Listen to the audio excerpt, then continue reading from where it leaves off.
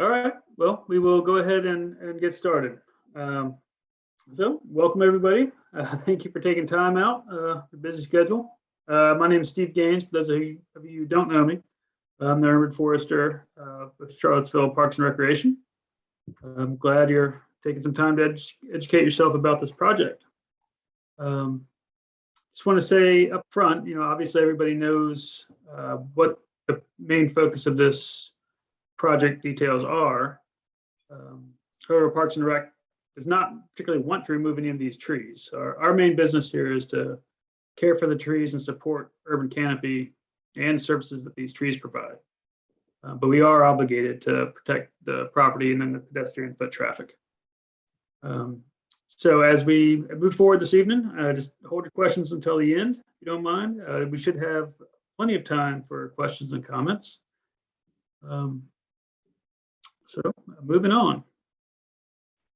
This is really just a quick hit list of where I see this discussion going this evening. How we are planning for the long-term management of the mall trees, why we are removing the trees that we have specifically targeted and where they are on the mall, and what the city is going to do to mitigate the disturbance from the tree work that's been caused on the mall. So long-term planning and care for the mall. We are in the process of securing yearly funding for tree management on the mall.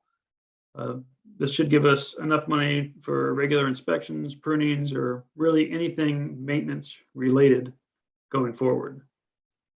The city very recently, just submitted a request for proposal.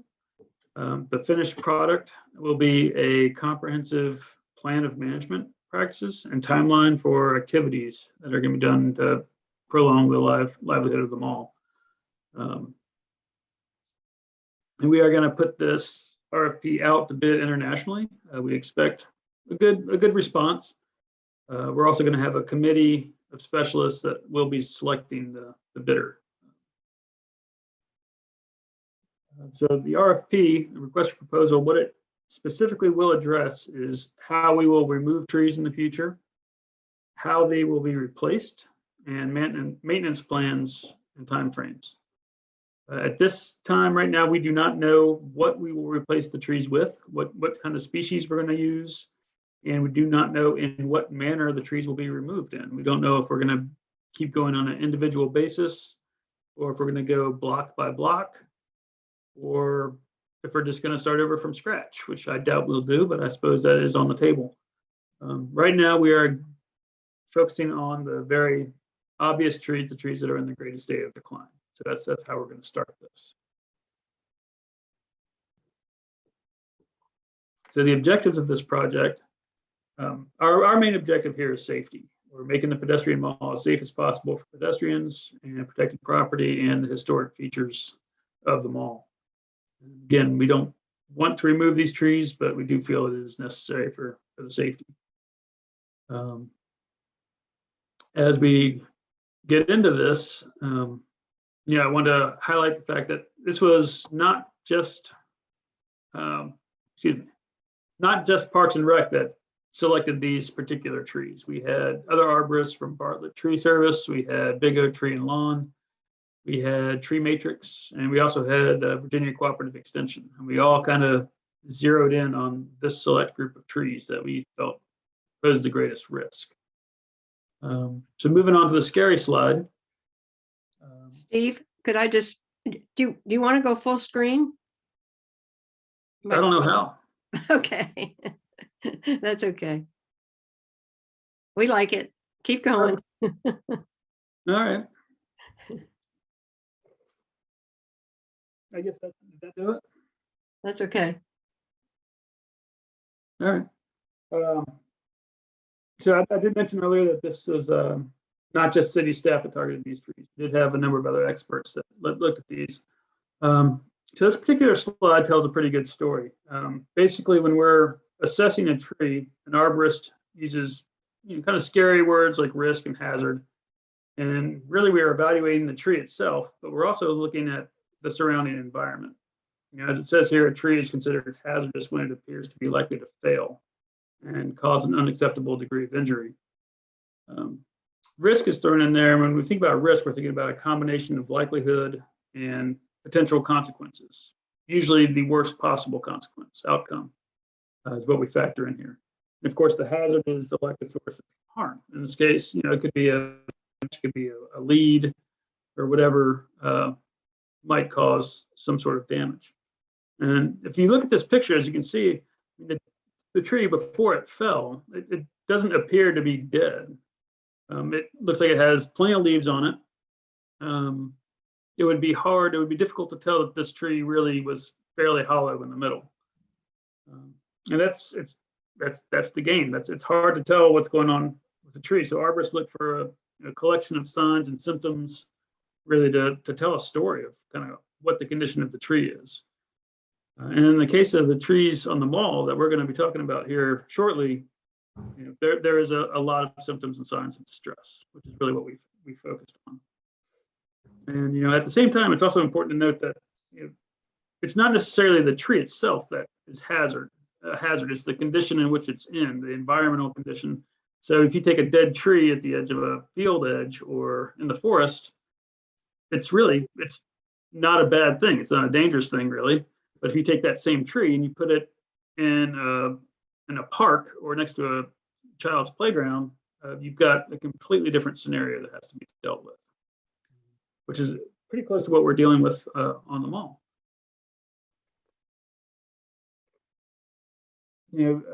Another factor that's associated with risk is frequency of exposure. So when we're talking about the mall, we're talking about easily 5,000 people on a good tourist day in mid-June or May, when the mall is really popping. When you add into that, the damage that can be incurred by businesses, storefronts, it can be pretty extreme.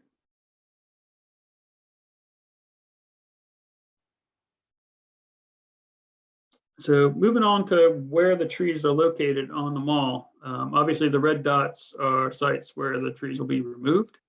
It does not focus on one particular block, although it is kind of concentrated around the fountain area, but it spans the length of the mall. So I don't know how many of you folks are familiar with the design, but the mall was really created and designed by Lawrence Halpern in 1976, and his plan encompassed 72 street trees. Those were planted in 1976. They were planted with at about a 6-inch caliper. We assume they're somewhere probably around 50 years old. But if you think about 72 trees, 63 of which are oaks, 9 maples, we are really only taking a reasonable percentage of those. The one extra tree that's not a maple or oak is a tree of heaven, which obviously was not intentional. It's pretty invasive, so we'll just go ahead and remove that as well while we're at it. And I'm sure people want to hear which trees specifically are being removed, but just one more little consideration here. Trees, as we all know, they are dynamic organisms. They grow, they mature, decline, and die, just like us. And when they're getting up in years, they do need additional care. But these particular trees have tolerated a lot. First off, they have very little room for root development. Considering the mass that these trees support, all that weight, it's pretty incredible that they are capable of supporting that much weight in such a small area to grow in. On top of that, they have direct heat from the sun and, of course, reflected heat from the pavement. They have extremes of drought and excess moisture. And then the tree grates themselves that they're growing into, it's all incredibly stressful. We're really quite fortunate that they've done so well for so long. Halpern selected willow oaks to go on his vision of the mall, which was an outstanding species selection. They can tolerate tough conditions, they grow relatively fast, they can handle root compaction, but 50 years old in this extreme environment is actually saying quite a lot. So I think we're pretty lucky to have gotten as far as we have. So without further ado, we will move on to the first tree that's being removed. This one it's probably easily recognizable. It's right near the fountain. There's a clump of trees that are being removed here. This willow oak is about 25 inches. If you are kind of looking right at it in person, you'll notice at about head height, maybe 5 or 6 feet up, there is a very large wound. Actually, a lot of trees on the mall have a wound in the exact same location. But when you're looking at it, it is obviously a major source of, it's obviously a wound site. It's a source of decay. If you're standing right at it and you were to take like a knife or a pencil or a sharp object, you can really push it through that wound site a good couple of inches before you hit anything solid. So that's obviously a very weak spot in the stem. You also notice that that area where it is wounded, it's right before it really starts to bend. If you look at the tree, it's starting to lean a little bit towards those stairs. So that particular area of the stem that's a very critical point, and it's got some pretty significant decay there. So that's one reason why this tree in particular was flagged. Also, a heavy amount of foot traffic, stairs, buildings, all kinds of stuff. And if you look at the tree closely, you'll notice that it's been pruned. A lot of these old pruning sites, there's obvious weeping, which is pretty much a mechanism of the tree, generally indicating a lot of stress. Also, there are a number of dead limbs. So this was one of the most critical trees that I feel need to be removed. Moving on. Here's another one that has a very similar story. It's right near 106 East Main Street. A wound at about the same height, about 5 or 6 feet. This tree and the previous tree also has a great deal of carpenter ant activity. And again, if you kind of stick your head right up into that wound site, you'll notice a bunch of fruiting bodies from different kinds of decay fungus, a lot of carpenter ant activity, and also a number of dead limbs. This, of all the trees on the mall, I think this is the one that probably poses the greatest, in my mind, the greatest amount of risk. It's got a pretty serious lean, and it's got a good amount of decay at that wound site. This is another willow oak that is very obvious, but for a different set of reasons. For one thing, if you'll notice, it's been very heavily pruned. It doesn't have a whole lot of branches left that's offering any particular shade or service to pedestrians. Also, if you were to kind of get on your hands and knees and look down right by the tree grate, under the tree grate, you'll see this conch, which is kind of, you can see it in the bottom right of the screen. That's pretty much a fungal fruiting body. It's a Ganoderma, which is a family of wood decay fungus, which essentially tells an arborist that there is significant decay in the stem of that tree. You're only going to find conchs like that on trees that are near the end of their lifespan. And again, going back to the amount of pruning that's been done on this tree, it's already a risk. It doesn't really produce much shade or service. Is it worth the risk having that tree still on the mall, or does it make more sense to remove it and plant something that's going to be producing a lot more service in a couple of years, which is another way that Parks and Rec is looking at this operation.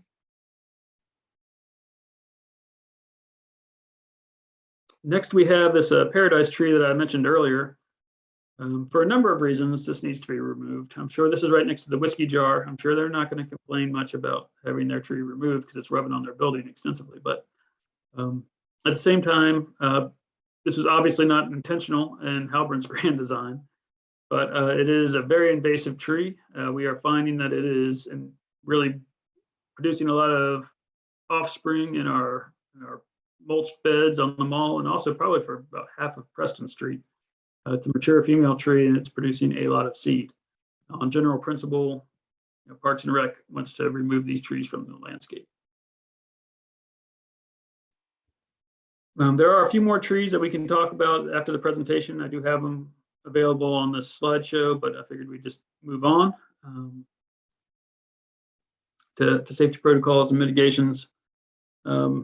Obviously, the mall is very well trafficked. We're going to make sure that any tree work that's occurring is going to be extremely safe and very well done professionally as far as directing people. The sidewalks will be closed, and there'll probably be an elaborate barricade network. We expect businesses to be able to stay open, but foot traffic in and out will be delayed. We'll pretty much be waiting for direction from either staff on site or from the tree contractors that are also there. We're going to be doing the work in the wintertime, so we're going to avoid peak tourist season. And again, we will make everything as accessible and as possible for the public. Are there any questions or comments? Steve, do you mind if I just talk about the tree commission a little bit? Please do. Okay. I'm Peggy Van Yares. I'm chair of the tree commission. I just wanted to let you know that we've looked at Steve's analysis very in depth, and we voted to approve his recommendations basically for 3 reasons. One, I think he told you that wasn't just Steve's recommendation, but he had 2 other arborists consulting with him. They all came to the same conclusion. And as he said, you know, we're lucky it's only 5 oaks out of the 63 that are there. That's less than 10%. That's really an amazing statistic that these trees have done so well, as he mentioned. And the other thing, the third thing is that we already have the money for this comprehensive tree management plan that Steve talked about, and that will give us good recommendations on how to maintain these remaining trees as long as possible. Remember, they're mature trees, just like us older people need a little more tender loving care to keep them going. So that's pruning and nutrients or whatever else they need. And also the consultants will help us on replacements and what to do with the grates that have never worked too well and other issues associated with the tree. We've also are going to ask from City Council this year in the capital improvement plan some money to start taking care of these trees and doing the replacements. So we want these trees to live as long as they can and always to have a shady mall for everyone to enjoy. So thank you. Hi, everybody. This is Rian Anthony. I believe I'm part of the panelist. I'm the Deputy Director of Parks and Recreation. So first and foremost, I'd like to say thank you for attending this educational session to learn about our methodology of how we arrived to the 9 trees.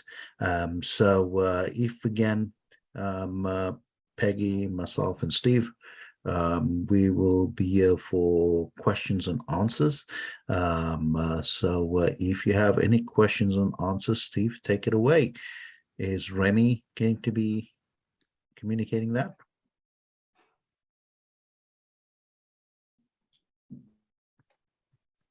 As far as I know, I don't know how we're going to work questions and answers. Okay, I think I can go ahead. Does anybody have any questions? If you do you have access to raise your hand, and then we can take it from there.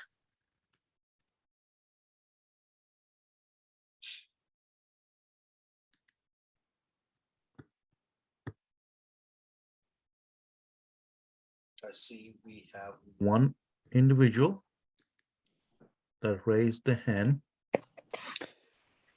Hello, thank you. This is Michael Payne. Like everybody, sad to see trees down, but just wanted to say thank you. I think this was very informative and helpful to understand why this is necessary. I'm sure you have already talked about this at some point. I've just missed it, but curious what the plan is for replacing those trees and just exactly what that process will be. Sure, I can answer that. So we recently put out a request for proposals. So this is going to be part of a comprehensive plan that we are hoping will be have a bidder and have a comprehensive plan form that will answer a lot of these questions. At this time, we do not know what species we will be replacing the trees that we're removing now. But as far as a larger landscape plan, we will ask some other professionals what they think, and we will hopefully take some of their advice. Yeah. So that is yet to be determined. So I'll just piggyback on Steve's question. So the most important thing is we need to, our methodologies, we need to get a consultant on board with our RFP.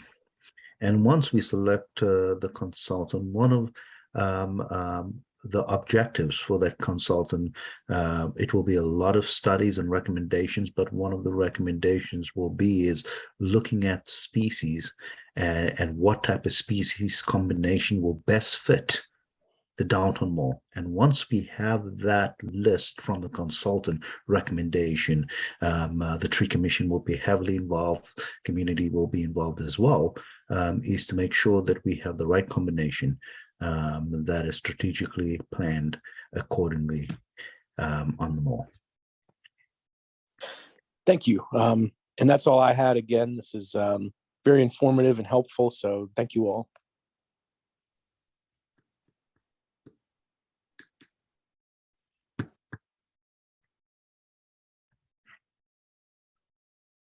We have a next speaker, and that is, I believe, Andrew. You can speak. Lovely. I'll just echo Michael's sentiment and say thank you so much for putting this together. I am wondering if there's any indication as to why these willow oaks seem to have these injuries of the same type at the same height throughout the mall. And if there's more than just these two trees, or if there are others that are also in this situation.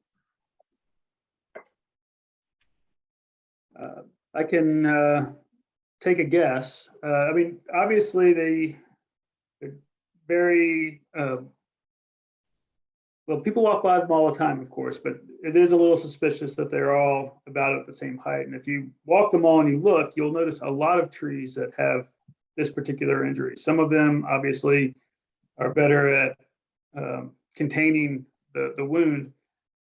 My guess is that it's a series of people tying things to the trees, or maybe even some of the heaters that have been used for some of the outdoor seating or canopies. But my guess is that it's certainly people induced.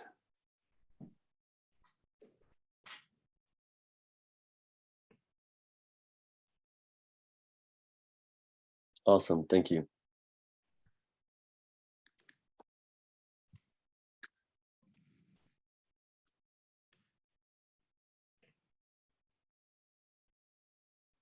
Anybody to raise their hand.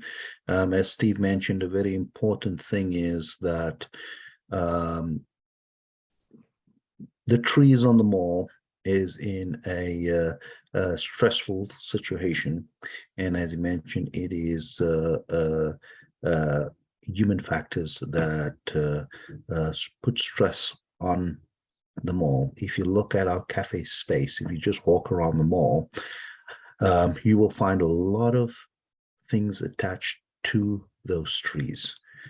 Every day when I see the mall, we have a lighting system attached to little nails in those trees. And again, once we get to this consulting firm, we are going to be looking at our rules and regulations, and how do we make sure that we do not have these type of activities that put extra stress on those trees.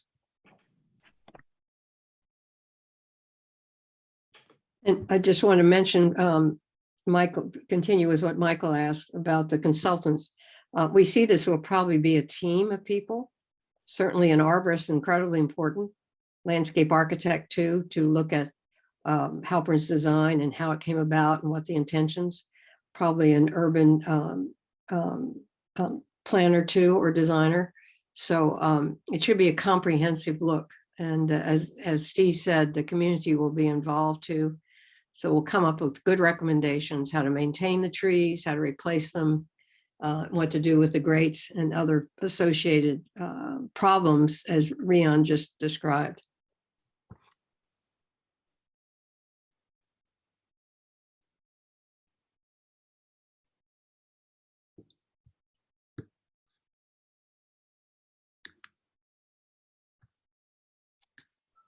you do have any questions, please feel free to raise your hand.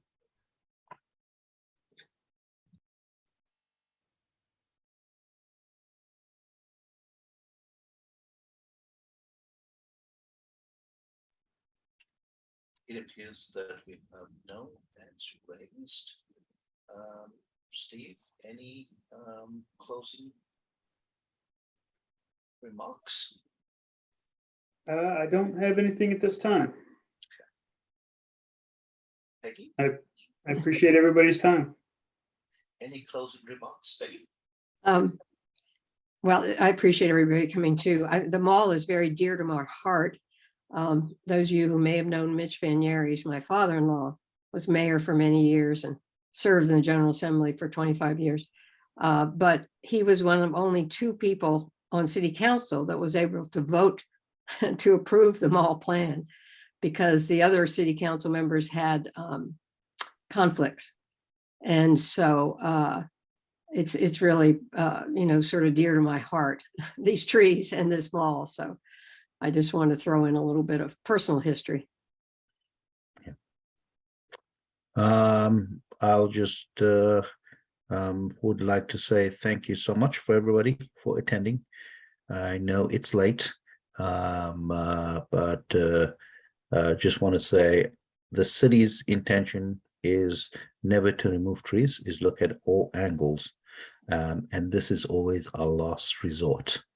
And again, as Steve mentioned, we were looking through the lens of safety and a hazard.